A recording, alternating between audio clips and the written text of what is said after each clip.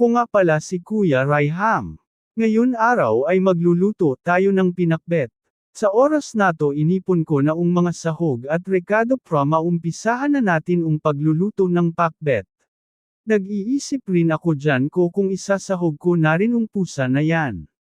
At kailangan rin pala ng magic sarap at bagoong or fish paste yan magpapulasa sa pakbet natin. Nang matapos kong hiwain ang gulay at karne hinugasan ko muna tapos sinimulan ko ng pakuluan saglit karne para lumambot at mamatay mga microorganism na kakapit sa karne.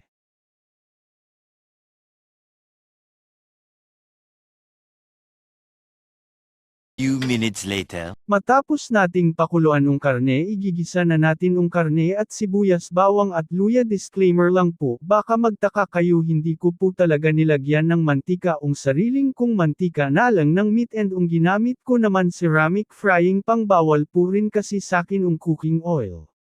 Kaya baka magtaka kayo.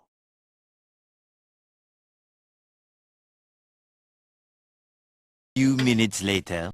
Nang matapos ko ng igisa karne ng baboy kumuha ako ng 2.5 hanggang 4 na cup na tubig tapos nilagay ko na suhog na karne ng baboy. Few minutes later. Nang kumulo na ulit nilagay ko na rin 2 hanggang 3 na sandok na bagoong at kamatis na hiniwa at sinama ko na rin siling haba at hiniwa na kalabasa. Tips lang po ang lagi nyong uunahin ilagay ay mga matagal lumambot na gulay. Ay huli nyo mga mabilis lumambot para hindi ma-overcook mga gulay.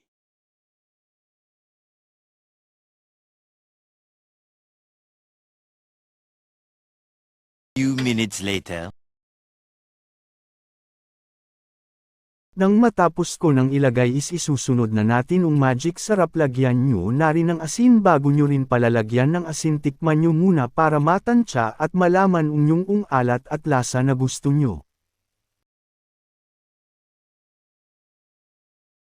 Few minutes later. Nung napansin ko ng malambot na karne ng baboy at kalabasa inilagay ko na sitaw at talong para mamaya ang ilalagay na lang okra. Ang payo ko po pala lagi nyong ay huli ang okra or mga dahon halimbawa dahon ng ampalaya o yung dahon ng manunggay mga 1 minuto hanggang 2 minuto bago maluto pakbet para hindi masobrahan sa luto mga dahon.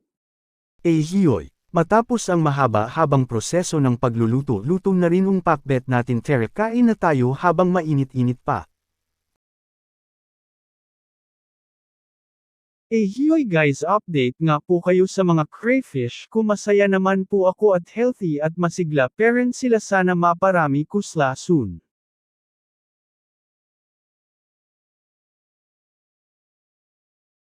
Hanggang dito na lang po muna tayo mga kasipit, salamat rin po, sana matuto rin kayo kahit papaano.